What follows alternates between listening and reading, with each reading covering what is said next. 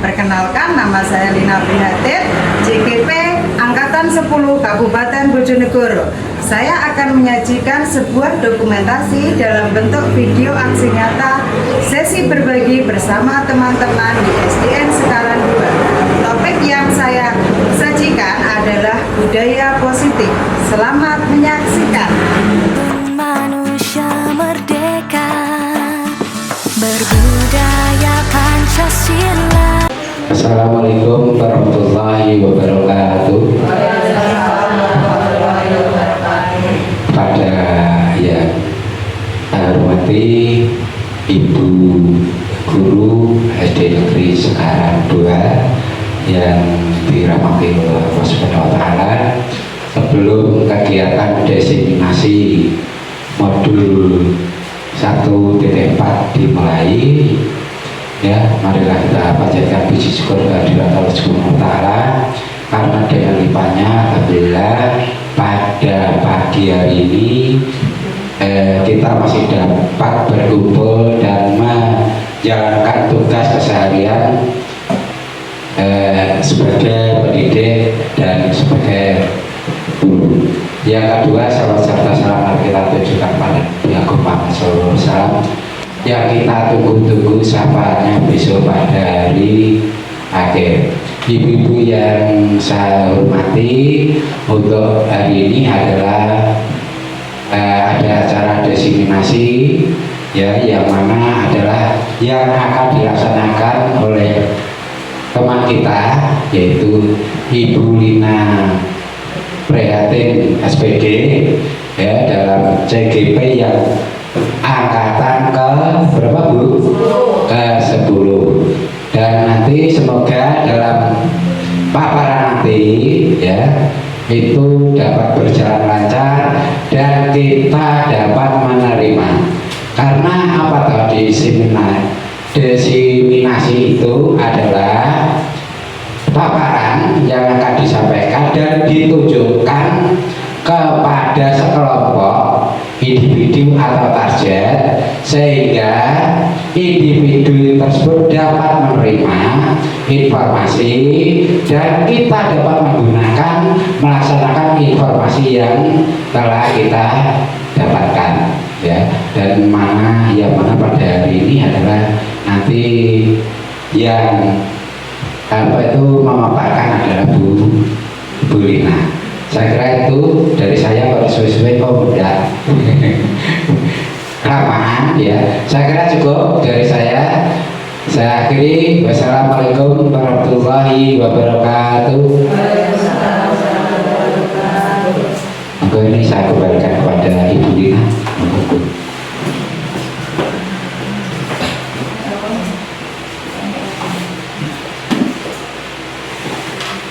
Terima kasih Pak Joko atas sambutannya. Assalamualaikum warahmatullahi wabarakatuh.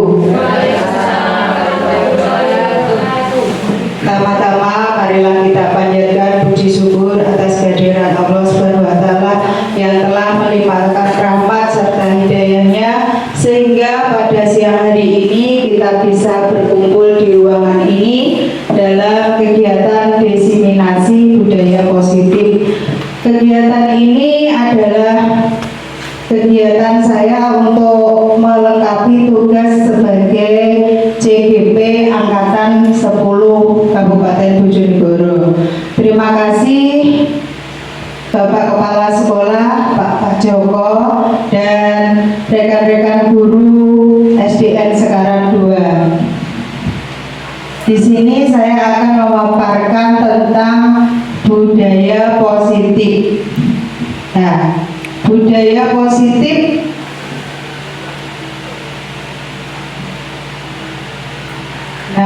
ini perkenalkan dulu ya Bu. Fasilitator saya adalah Bu Fitriatus Sadia dan pengajar praktek saya Bu Sri Wahyuningsih.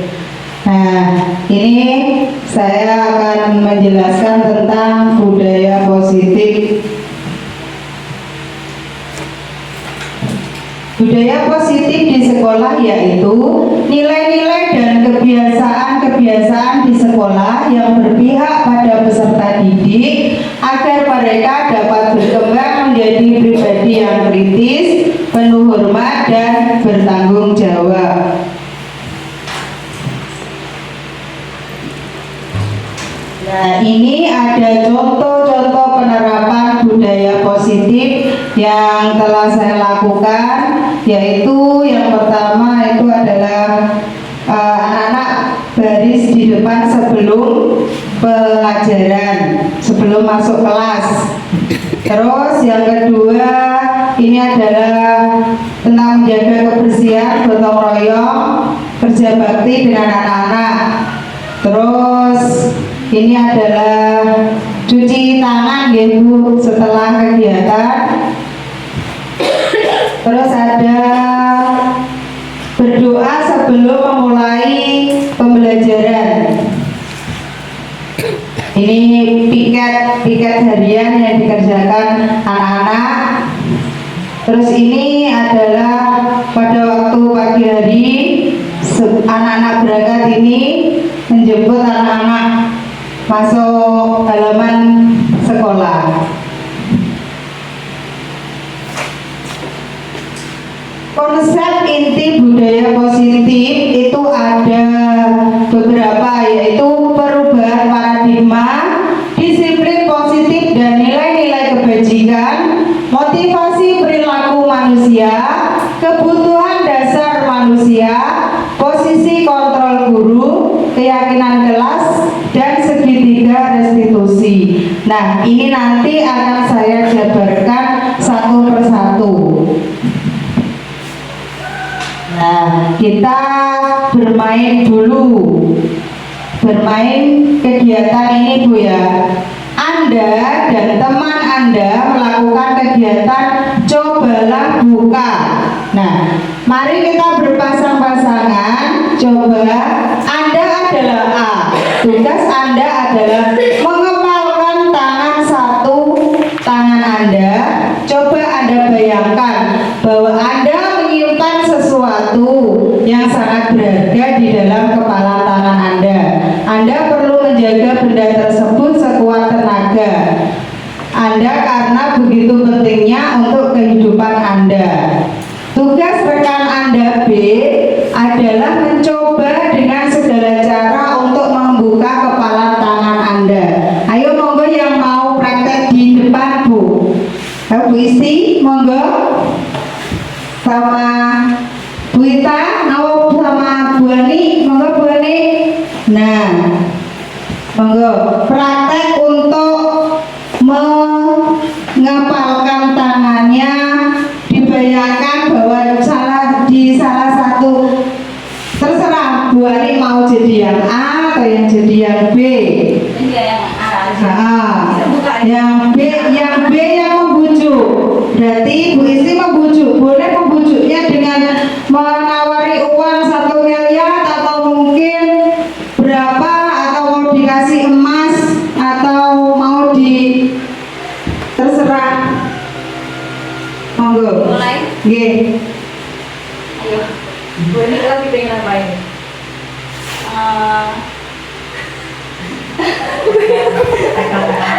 Pengen uang? Ya, berapa? Saya kasih uang yang mau dibuka tapi ada nama. Kalau tidak bisa dengan cara tahunan, akan saya paksa. Saya nggak bisa buka. Oh, nggak bisa menyerah. Berarti Bu Ani ini bersekuku tidak mau membuka kepala tangannya. Berarti yang B, yang A tidak mau membuka kepala tangannya. Mengapa Bu kok nggak mau Bu? Karena apa Bu? Iya, karena saya tetap mempertahankan sesuatu yang ingin saya miliki. Ya. Terima kasih Bu Ani dan Bu Isti, tepuk tangannya. Ya, jadi tadi Bu Isti dan Bu Ani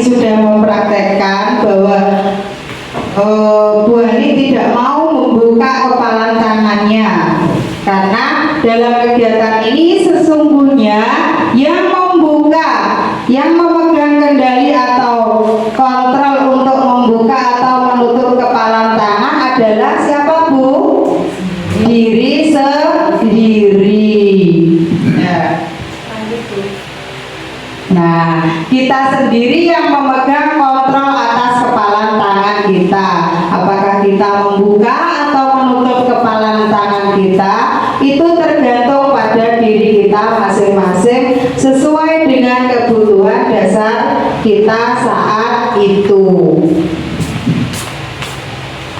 Nah, ini menurut Ki Hajar Dewantara bahwa tujuan pendidikan itu adalah menuntut kodrat yang ada pada anak-anak agar mereka dapat mencapai keselamatan dan kebahagiaan yang setinggi-tingginya, baik sebagai manusia maupun sebagai anggota masyarakat. Oleh sebab itu, pendidik itu hanya dapat menuntun tumbuh atau hidupnya kekuatan kodrat yang ada pada anak-anak agar dapat memperbaiki lakunya, bukan dasarnya hidup dan tumbuhnya kekuatan kodrat alam. Nah, kita sebagai pendidik ini hanya dapat menuntun, ya Bu, menuntut tumbuh atau hidupnya kekuatan kodrat anak. Nah, tadi disiplin positif yaitu yang pertama perubahan paradigma. Untuk membangun budaya positif di sekolah perlu menyediakan lingkungan yang positif, aman dan nyaman agar murid-murid mampu berpikir, bertindak dan mencipta dengan merdeka, mandiri dan bertanggung jawab. Lazimnya disiplin dikaitkan dengan kontrol, dalam hal ini kontrol guru dalam menghadapi murid.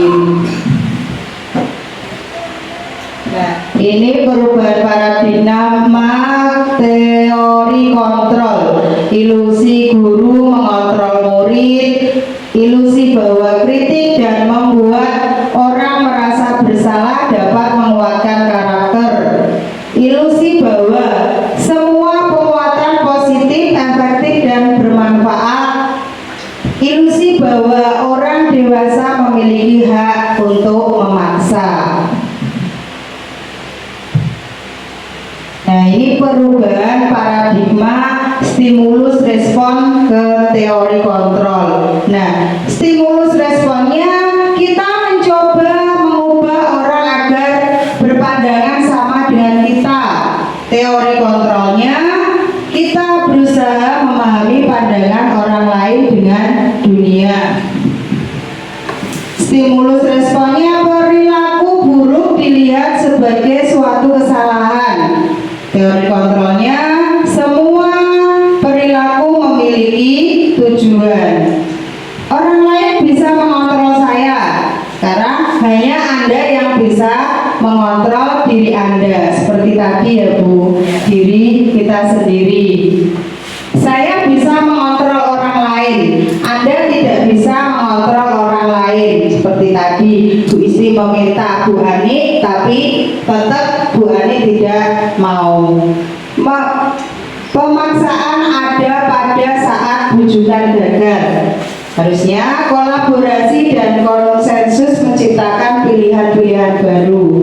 Model berpikir menang kalah, ada menang ada kalah. Kalau sekarang model berpikir menang-menang, tidak ada kalah dan menang. Nah, tadi adalah disiplin, dan sekarang kita makna disiplin berasal dari bahasa Latin disiplina yang artinya belajar. Makna asal dari kata ini berkonotasi dengan disiplin diri dari murid-murid Socrates dan Plato. Disiplin diri membuat orang menggali potensi menuju sebuah tujuan apa yang dia hargai. Namun dalam budaya kita, makna kata disiplin telah berubah menjadi sesuatu yang dilakukan seseorang pada orang lain untuk Kecenderungan umum adalah menghubungkan kata disiplin dengan ketidaknyamanan, bukan dengan apa yang kita hargai atau pencapaian suatu tujuan mulia. Jadi, disiplin adalah kemampuan memerintah diri dalam mengontrol dan menguasai diri untuk memilih tindakan yang mengacu pada nilai-nilai yang kita hargai dengan penuh tanggung jawab tanpa terperintah orang lain. Nah, Anda tidak bisa mengontrol orang lain karena hanya Anda yang bisa mengontrol diri Anda. Nah, nilai-nilai sekarang, nilai-nilai yang kita hargai adalah nilai-nilai kebajikan, sifat-sifat positif manusia yang merupakan tujuan mulia yang ingin dicapai setiap individu.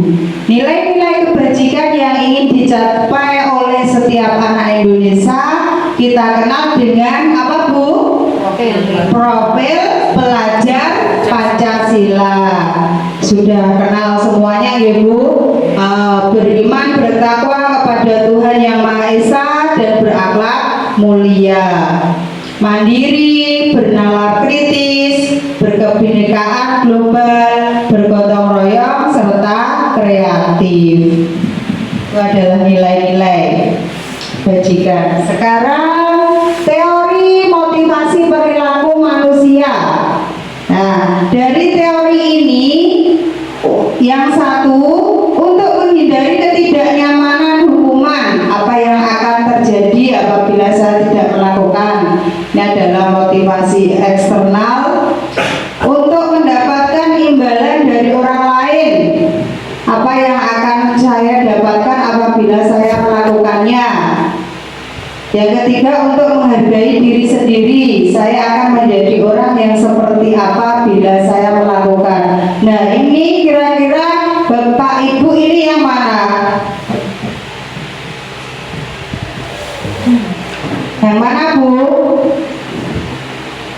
Yang untuk apa, Bu? Menghargai diri sendiri. Saya akan menjadi orang yang seperti apa bila saya melakukannya. Itu adalah motivasi internal. Nah, ini adalah pertanyaan untuk diri kita sendiri ya, Bu. Sebagai guru, saat Anda hadir mengajar di kelas tepat waktu, motivasi apakah yang mendasari tindakan Anda? Apakah Anda datang tepat waktu karena tidak ingin ditegur oleh atasan Anda dan kemudian mendapat surat peringatan? Atau Anda ingin mendapatkan pujian dari atasan Anda dan mendapatkan penghargaan sebagai karyawan? Nah, Anda ingin menjadi orang yang menghargai waktu. Nah, itu adalah pertanyaan untuk diri kita sendiri ya, Bu. Nah, kita sekarang bicarakan hukuman ya, Bu. Hukuman bersifat tidak terencana atau tiba-tiba. Anak atau murid tidak tahu apa yang akan terjadi dan tidak dilibatkan. Hukuman bersifat satu arah dan pihak guru yang memberikan, dan murid hanya menerima suatu hukuman atau melalui suatu kesepakatan atau pengarahan dari pihak guru, baik sebelum atau sesudahnya. Hukuman yang diberikan bisa berupa fisik atau psikis. Murid, anak disakiti oleh suatu perbuatan atau kata-kata. Contohnya apa, Bu, kalau hukuman? Saya berkata kasar terhadap murid. Berkata kasar terhadap murid itu merupakan fisik atau apa, Bu? Ya, itu tidak boleh ya, Bu, karena akan menjatuhkan murid.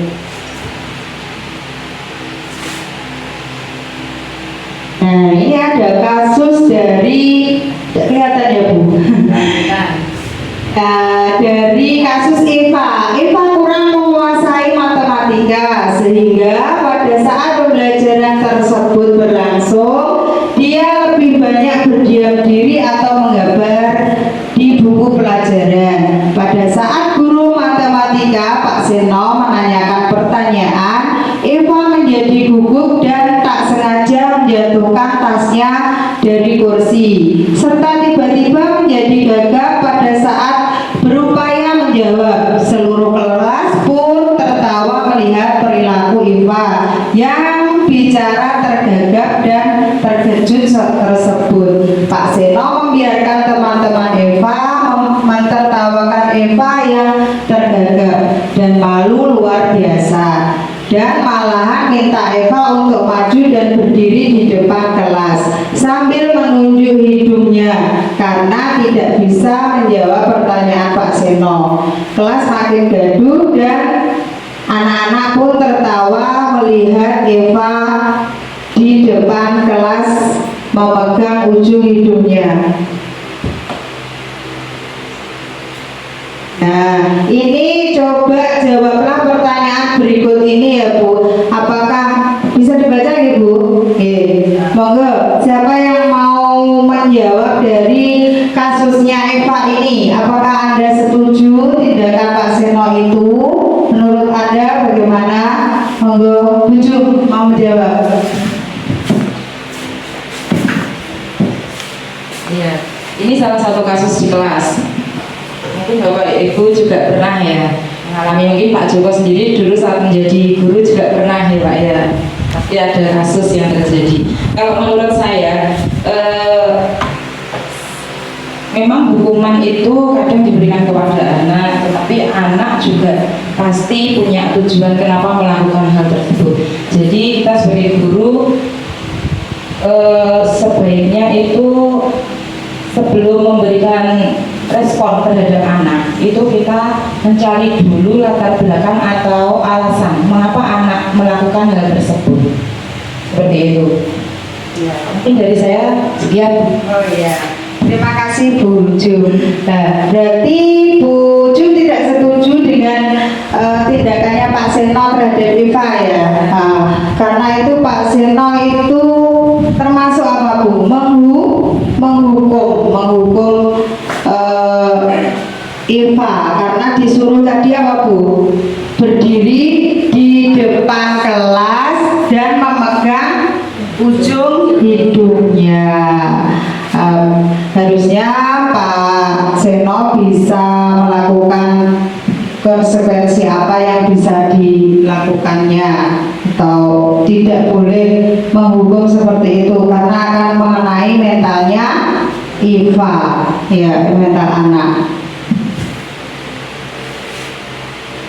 Nah, ini konsekuensi disiplin dalam bentuk konsekuensi sudah terencana atau sudah disepakati, sudah dibahas dan disetujui oleh murid dan guru. Umumnya bentuk-bentuk konsekuensi dibuat oleh pihak guru atau sekolah dan murid sudah mengetahui sebelumnya konsekuensi yang akan diterima bila ada pelanggaran.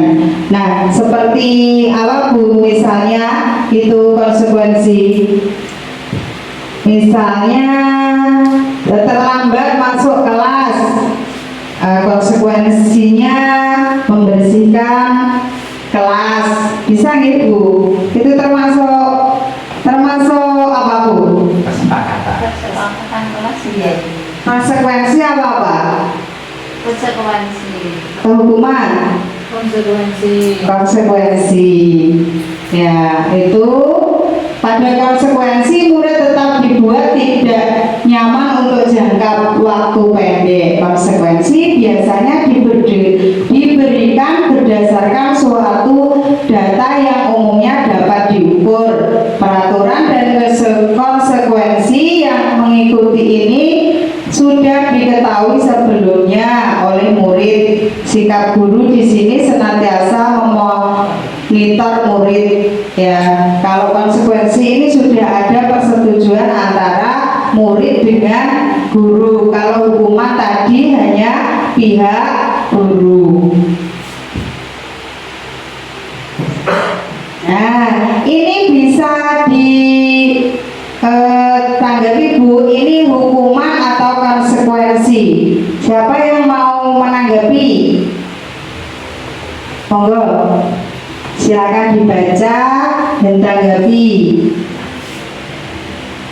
Bu Ani, monggo. Ya, untuk yang mencatat 100 kali di dalam buku kalimat, saya tidak akan terlambat lagi karena terlambat ke sekolah. Itu kalau menurut saya itu termasuk konsekuensi, Bu.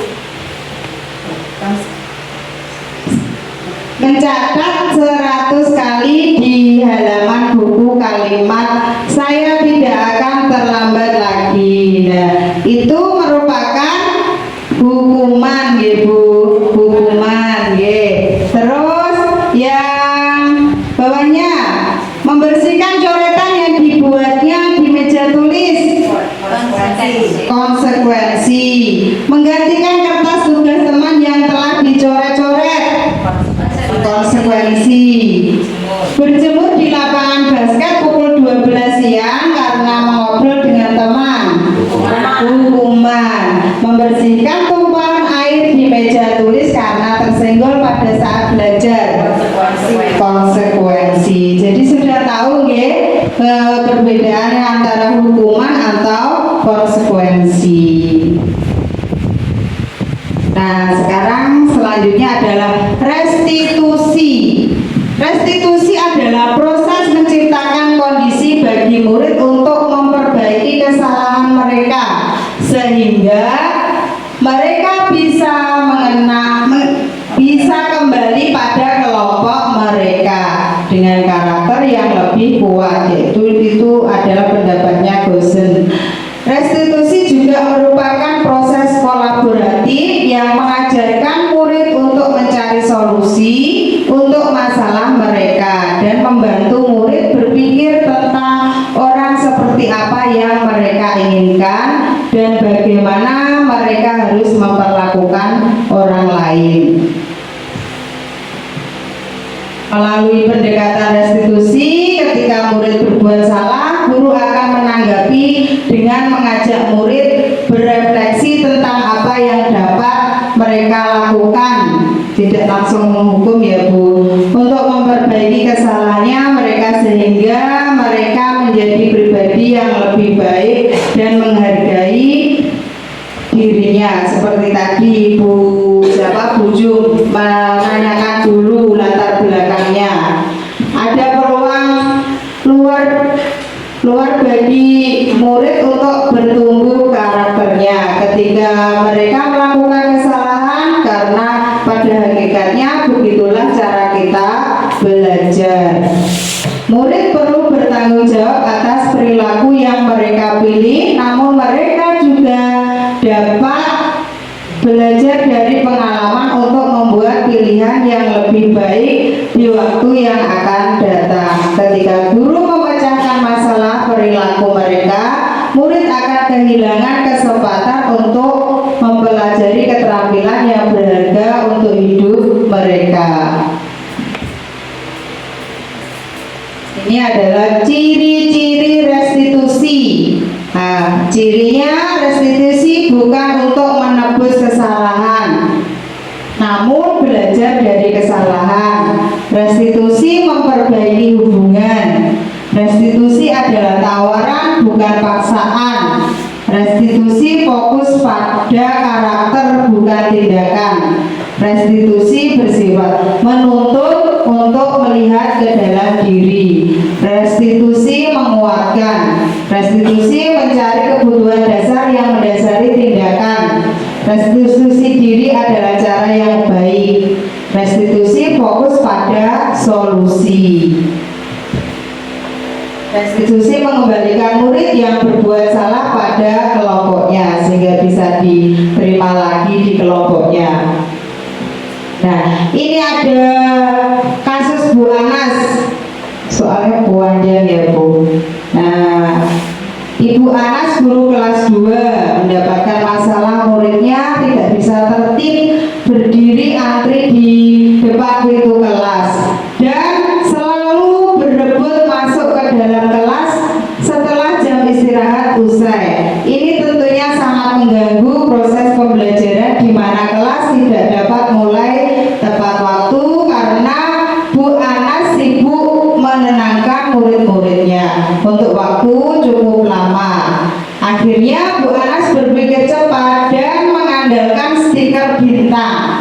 Siapa yang dapat berdiri lurus dan berbaris rapi antri di depan pintu dapat bintang dari Bu Anas. Sebagian besar murid-muridnya menyambut tantangan tersebut dan langsung berdiri rapi di depan pintu agar mendapatkan stiker bintang. Hal ini terus dilakukan Bu Anas selama beberapa minggu karena cukup berhasil membuat murid-muridnya berdiri rapi antri di depan pintu. Sampai pada suatu saat Bu Anas sakit dan terpaksa digantikan Pak Heru. Pak Heru tidak mengetahui tentang stiker bintang dan benar saja pada saat mau masuk ke kelas usai jam istirahat, murid-murid kelas 2 kembali berebut masuk kelas. Apa yang terjadi? Nah, apa Bu yang terjadi? Kira-kira motivasi apa yang murid kelas 2 untuk bersedia antri sebelum masuk kelas? Apa Bu motivasinya? Mendapatkan stiker. Mendapatkan stiker bintang. Ada cara lain Bu untuk agar murid kelas 2 bersedia antri? Ada cara lain? Atau mungkin sudah ada kesepakatan kelas itu. Jadi anak kalau diberi stiker bintang itu tidak bisa, maksudnya tidak bisa jangka panjang, hanya jangka pendek ya.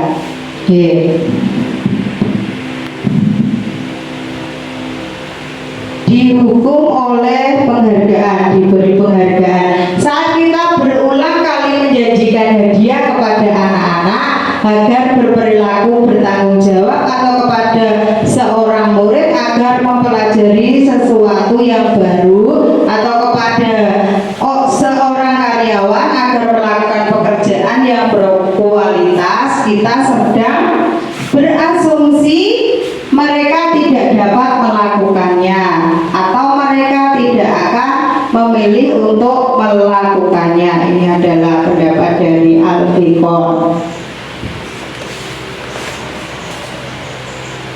Pernyataan tentang dihukum oleh penghargaan. Penghargaan menghukum, penghargaan mematikan kreativitas. Jadi tidak boleh menghukum, itu motivasi dari dalam diri intrinsik, karena pengaruhnya dapat berpengaruh jangka pendek. Penghargaan itu tidak efektif. Penghargaan mengurangi ketepatan, penghargaan merusak hubungan. Nah, kita lanjut ya. Kebutuhan dasar manusia. Apa saja Bu kebutuhan dasar manusia? Ada cinta kasih, membutuhkan cinta kasih ya. Penguasaan, kesenangan. Hari ini ibu-ibu senang? Senang, berarti sudah mendapatkan kebutuhan kesenangan. Terus apa? Kebebasan. Yang tengah itu adalah apa? Bertahan hidup. Ya, sampai sekarang alhamdulillah bisa bertahan hidup. Ya, itu adalah realitas kebutuhan kita berbeda ya. Kebutuhan saya dengan kebutuhan Pak Joko mungkin berbeda. Ini ada Ibu Ani, kasus lagi, guru kelas 5 di SD Pelita Hati sedang bingung menghadapi ulah salah satu murid di kelasnya, Agus. Beberapa anak telah datang dan mengeluhkan Agus yang seringkali meminta bekal makan siang mereka dengan paksa. Jika Anda menghadapi situasi seperti Ibu Ani, apa yang akan Anda lakukan? Menurut Anda, kira-kira apa alasan Agus melakukannya? Apa Bu kira-kira? Pasti ibu-ibu ini mempunyai jawaban sendiri-sendiri dalam hati, atau mungkin mau diutarakan? Kalau tidak,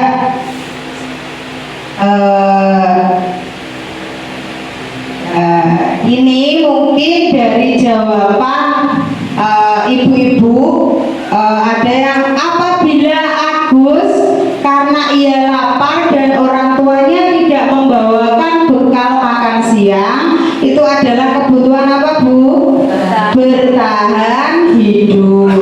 Apabila jawaban Agus karena ia senang temannya jadi memperhatikan dia, kebutuhannya adalah kasih sayang. cinta dan kasih sayang karena diperhatikan ya Bu. Terus yang selanjutnya, apabila jawaban Agus adalah dia merasa hebat karena temannya jadi takut dan menuruti keinginan, itu adalah kebutuhan penguasaan. Dia ingin menguasai kelasnya ya Bu.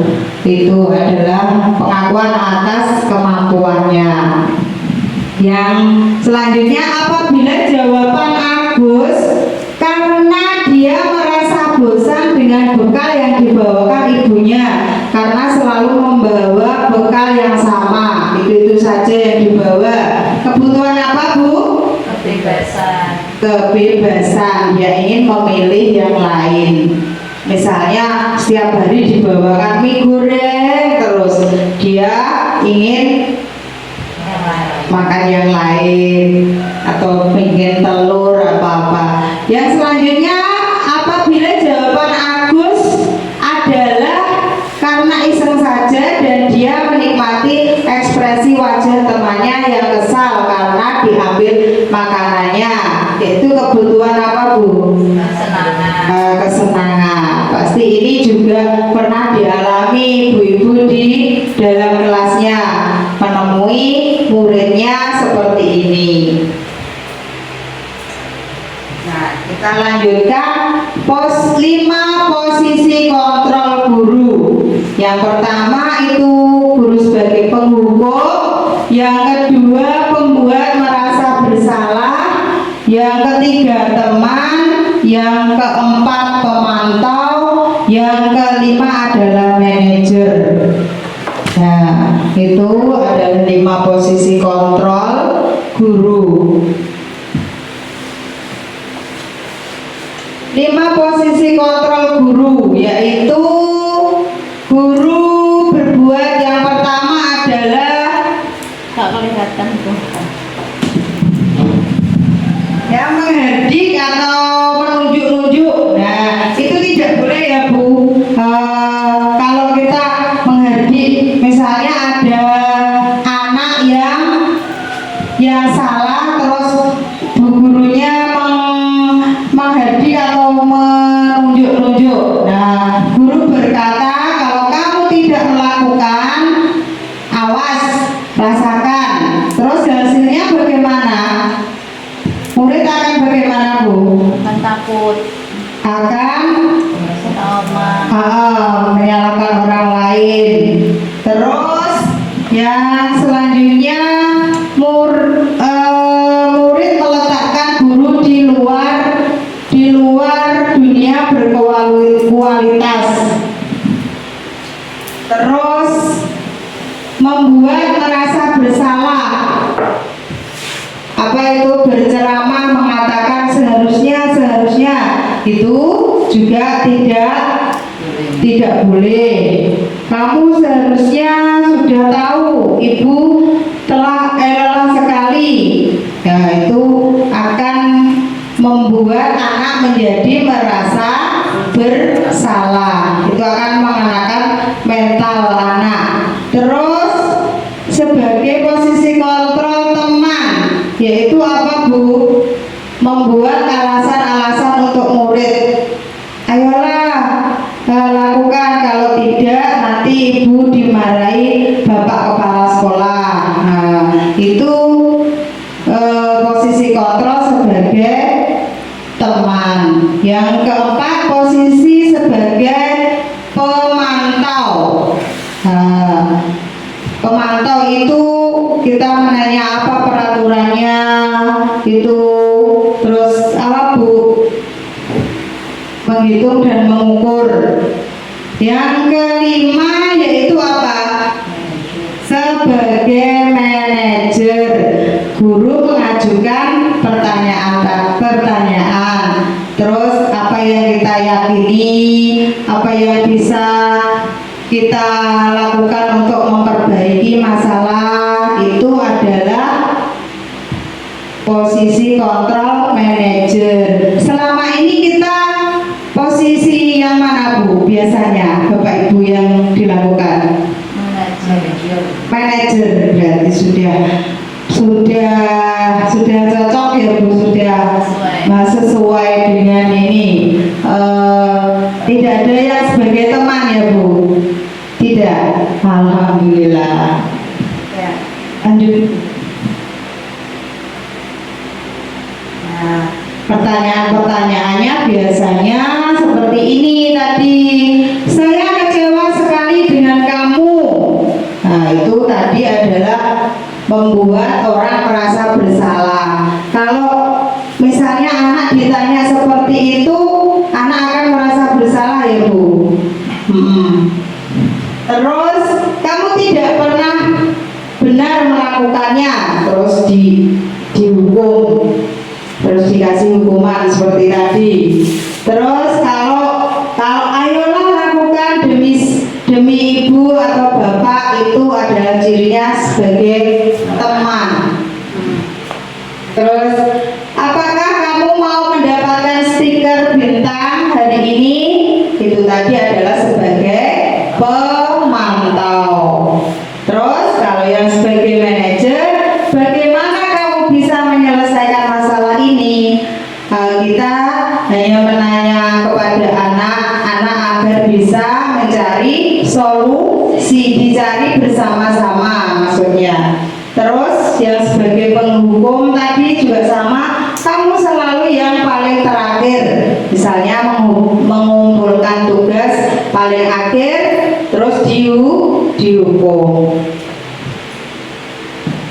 Nah, budaya positif itu tadi lingkungan positif, keyakinan kelas, peraturan kelas. Nah, sekarang kita langsung Bu ke keyakinan kelas. Nah, mungkin ibu bapak sudah membuat keyakinan kelas di kelasnya ya? Oh sudah. Okay. Keyakinan kelas itu adalah nilai-nilai kebajikan atau prinsip universal yang disepakati bersama secara universal, lepas dari latar belakang suku, negara, bahasa maupun agama. Menurut dosen, suatu keyakinan akan lebih memotivasi seseorang dari dalam. Seseorang akan lebih bersemangat untuk menjalankan keyakinannya daripada hanya sekedar mengikuti rangkaian peraturan. Perilaku memiliki tujuan.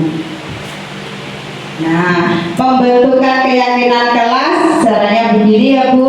Keyakinan kelas bersifat abstrak daripada peraturan yang lebih rinci dan konkret. Keyakinan kelas berupa pernyataan-pernyataan yang universal. Pernyataan keyakinan kelas senantiasa dibuat dalam bentuk positif, tidak boleh dengan kata negatif. Keyakinan kelas hendaknya tidak terlalu banyak sehingga mudah diingat dan dipahami. Semua warga kelas sebaiknya ikut berkontribusi dalam membuat kegiatan curah pendapat. Bersedia meninjau kembali keyakinan kelas dari waktu ke waktu. Jadi tidak itu saja. Nah, ini adalah perbedaan antara peraturan dan keyakinan kelas. Kalau peraturan selalu kembalikan buku ke tempatnya. Kalau keyakinan kelasnya adalah tanggung jawab atau bertanggung jawab. Dilarang mengganggu orang lain, menghormati orang lain dan diri sendiri. Terus hadir di sekolah 15 menit sebelum pembelajaran. Itu apa Bu? Komitmen pada tujuannya. Dilarang melakukan kekerasan. Keyakinan kelasnya adalah keselamatan, menghormati orang lain. Dilarang menggunakan narkoba, kesehatan, bergantian atau menunggu giliran, itu adalah menghormati orang lain atau sabar, kesabaran. Gunakan masker, itu merupakan keyakinannya adalah kesehatan. Jangan berlari-lari di kelas atau koridor, itu adalah keselamatan dan keamanan.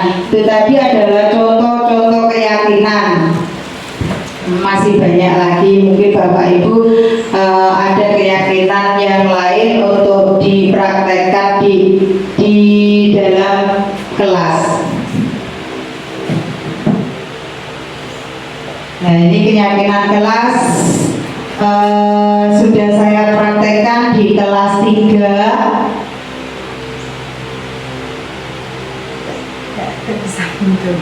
Contohnya sudah saya lakukan, Bu, pembuatan keyakinan kelas dengan cara melibatkan anak-anak. Nah, sudah ya Bu, tentang keyakinan kelas sudah paham semua ya? Ada pertanyaan? Tidak ada pertanyaan. Mungkin ibu-ibu sudah melakukannya di kelas. Yang selanjutnya adalah segitiga restitusi.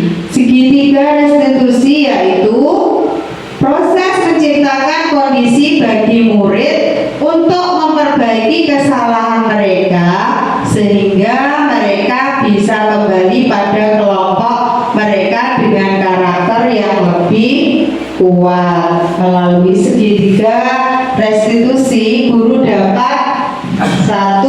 Membantu murid lebih memiliki tujuan disiplin positif serta memulihkan dirinya setelah berbuat salah.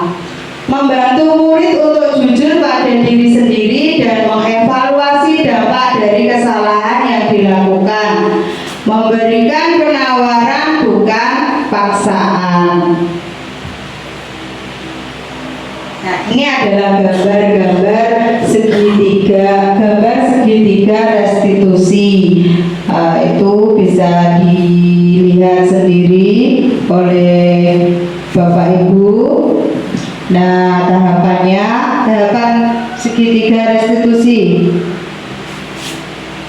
Nah, ini adalah tahapan segitiga restitusi ya Bu. Apabila anak ada masalah, kita bisa mengatasinya dengan melalui tahapan segitiga restitusi. Yang pertama yaitu menstabilkan identitas, yaitu berbuat salah itu tidak apa-apa. Itu pertanyaannya bisa begitu. Tidak ada manusia yang sempurna. Saya juga pernah melakukan kesalahan seperti itu. Terus kita bisa menyelesaikan ini. Bapak atau ibu tidak tertarik mencari siapa yang salah, tapi bapak atau ibu ingin mencari solusi dari permasalahan ini. Kamu berhak merasa begitu. Nah, ini adalah tahapan menstabilkan identitas. Yang kedua yaitu validasi tindakan yang salah. Validasi tindakan yang salah ini bisa dengan mengucapkan, padahal kamu bisa melakukan yang lebih buruk dari ini. Terus kamu pasti punya alasan mengapa melakukan hal itu. Jadi ditanya tadi seperti Bu Jun tadi ya. Terus kamu patut bangga pada dirimu sendiri karena kamu telah melindungi sesuatu yang penting buatmu seperti tadi. Terus tahapan yang ketiga yaitu menanyakan keyakinan. Nah, apa yang kita percaya sebagai keyakinan kelas atau keluarga? Apa nilai-nilai umum yang kita telah sepakati? Nah, ini gunanya kelas itu tadi untuk bisa untuk tahapan menanyakan keyakinan di segitiga restitusi. Terus apa bayangan kita tentang kelas yang ideal? Bisa jadi jika ada masalah anak ramai di kelas, atau mungkin anak bertengkar atau sering mengganggu temannya gitu. Terus kamu mau jadi orang yang seperti apa? Nah, kita bisa menggunakan atau mengatasi masalah anak ini dengan segitiga restitusi. Nah, ini adalah contoh penerapan segitiga restitusi yang telah saya lakukan di kelas saya. Nah, ini ada videonya, silakan dilihat Bu.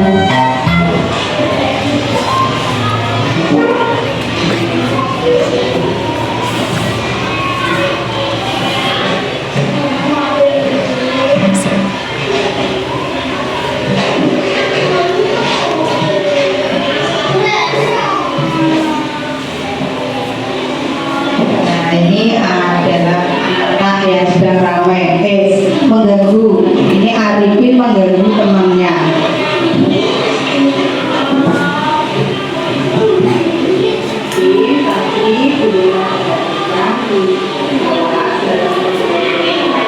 Kamu senang bermain sendiri dan senang mengganggu teman kamu. Dan kamu tidak mengerjakan tugas yang diberikan. Kenapa?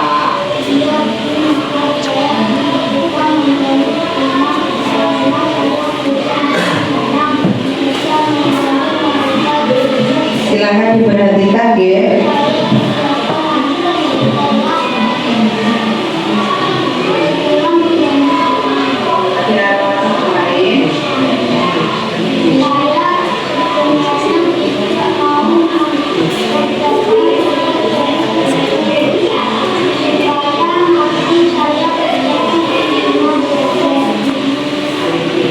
Sebenarnya kamu sedang dalam kamu senang berteman dan tidak mau mengerjakan tugas yang diberikan. Nah, baiklah, Lina tidak akan mencari siapa yang salah, tapi Lina akan mencari solusi atau jalan keluar agar kamu bisa menyelesaikan masalah ini itu semua, yaitu menjadi teman-teman. Ya, tadi Ibu lihat kamu merasa sedikit tidak senang karena kamu telah mengganggu teman kamu. Kamu tahu tidak kalau mengganggu teman itu merugikan orang lain, yaitu teman kamu, karena temanmu merasa terganggu karena kamu menjadinya terus. Sekarang mari kita bicarakan tentang kesepakatan teman yang kita percaya ini. Kalau mengganggu teman itu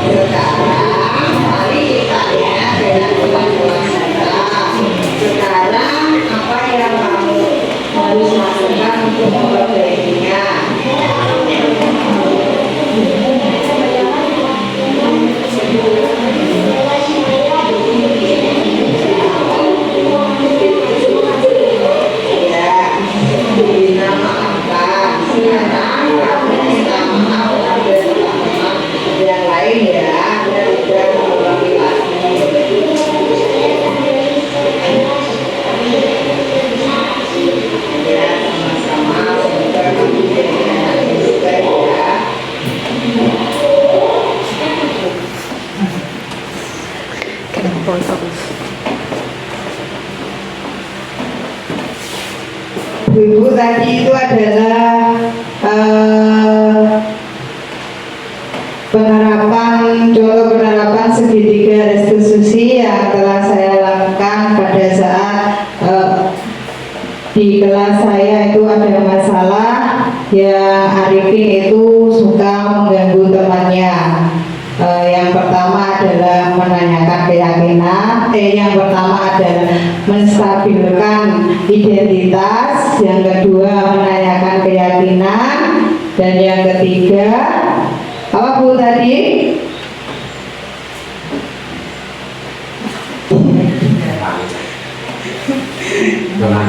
Yang kedua itu validasi tindakan yang salah, yang ketiga baru menanyakan keyakinan.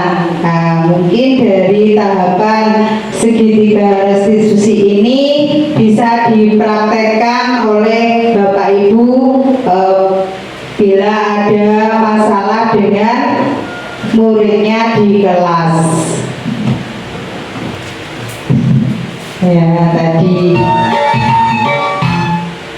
ya, sudah ya Bu, tadi itu adalah paparan saya yang panjang lebar. Setelah paparan tadi, mari kita melakukan refleksi, yaitu refleksi setelah mengikuti acara ini tadi, budaya positif tadi. Bagaimana perasaan Bapak Ibu? Bagaimana Bu perasaannya? Rasanya bagaimana? Senang. Tetap harus senang. Karena apa Bu? Setelah mengikuti materi pembebasan diseminasi pada hari ini, saya menjadi paham apa saja Bu?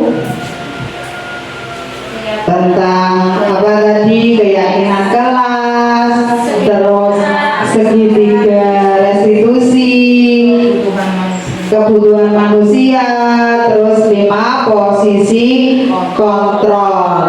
Terus target saya selanjutnya apa Bu targetnya? Jadi kan mungkin bisa mempraktekkan tentang segitiga restitusi pada saat ada masalah di kelas. Nah, saya mau menunjukkan kesepakatan kelas ya Bu. Tadi kemarin saya sudah membuat bersama anak-anak. Ini kesepakatan kelasnya seperti ini. Ada masuk atau pulang tepat waktu, terus belajar dengan tertib. Nah, itu menyimak penjelasan guru dengan baik, itu terus saling menghargai dan menghormati. Kesepakatan kelas kami tidak banyak, karena kalau terlalu banyak anak-anak akan bingung. Nah, tadi kita sudah refleksi ya Bu. Kita sudah refleksi tentang budaya positif. Nah, saya mengucapkan terima kasih atas kolaborasinya ibu-ibu, maksudnya atas bantuannya ibu-ibu mau menghadiri acara diseminasi modul 1.4 tentang budaya positif di SDN Sekarang 2 ini. Semoga ilmu yang tadi kita pelajari menjadi barokah. Ya. Sudah ya Bu? Ada pertanyaan? Sudah, boten? Sudah. Kalau sudah, berarti saya tutup dengan alhamdulillahirobbilalamin. Assalamualaikum warahmatullahi wabarakatuh.